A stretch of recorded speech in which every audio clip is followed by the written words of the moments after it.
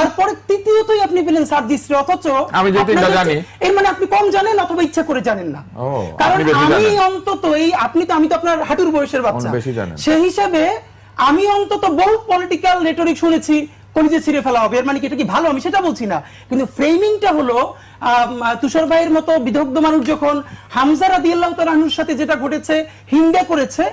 এইটার সাথে যখন সার্জিসের বক্তব্যকে রিলেট করে দেখেন, আমি সার্জিসের বাইরে আপনি বক্তব্যটা ভালো না মন্দ সেটা বলেন, আমি সেটা বলতেছি ভাই, আপনি আমার সমালোচনা করতে কেন আসেন নাই? আমি আপনার সমালোচনা করতেও আসছি এবং আমি প্রশ্ন আপনি আমার সমালোচনা নিতে পারবেন না, আপনি আমার হাঁটুর বয়সে দেখে করছি না। শুনেন, আপনি করেন, দেখেন আমি হাঁটুর বয়সী না, আপনি যদি আরো ছোট বয়সীও হয় আপনি তুমুল সমালোচনা করেন, আমি করি না, আমি সেইটার উত্তরটা দিতে পারি কিনা। আমি তো কোথাও চুরি কইরা এখানে আসি না যে আমারে প্লিজ এইটা বললেন না আমি ক্ষমা চাবো, বরং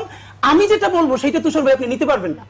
আপনি বললে খুবই ট্রিগার্ড হবেন, কষ্ট পাবেন, সিনিয়রদের সাথে এই কাদা ছড়াছড়ি আমরা করতে চাই না, এই জন্য আমরা বলি না। ফ্যাক্ট হলো সার্জিস যেটা বলেছে অবশ্যই সেটা ভুল বলেছে, সার্জিস সেজন্য ক্ষমা চাইবে কিনা সেটা আমরা সবাই বলবো, এবং এটা ভবিষ্যতে যেন না বলেন সেটা অবশ্যই আমরা বলবো, কারণ সেই তো অ্যাপ্রিসিয়েট করছে যে সার্জিস ভালো বিতর্ক করে, এবং অবশ্যই সার্জিসকে এর জন্য দুঃখ প্রকাশ করতে হবে। কিন্তু আমরা ফ্যাক্ট হলো যেটা যতখানি সিগনিফিকেন্ট তার থেকেও যদি সেটাকে আমরা ওইটার সাথে মিলিয়ে ফেলি তাহলে তো ওইটার সিগনিফিকেন্স হারাই যায়।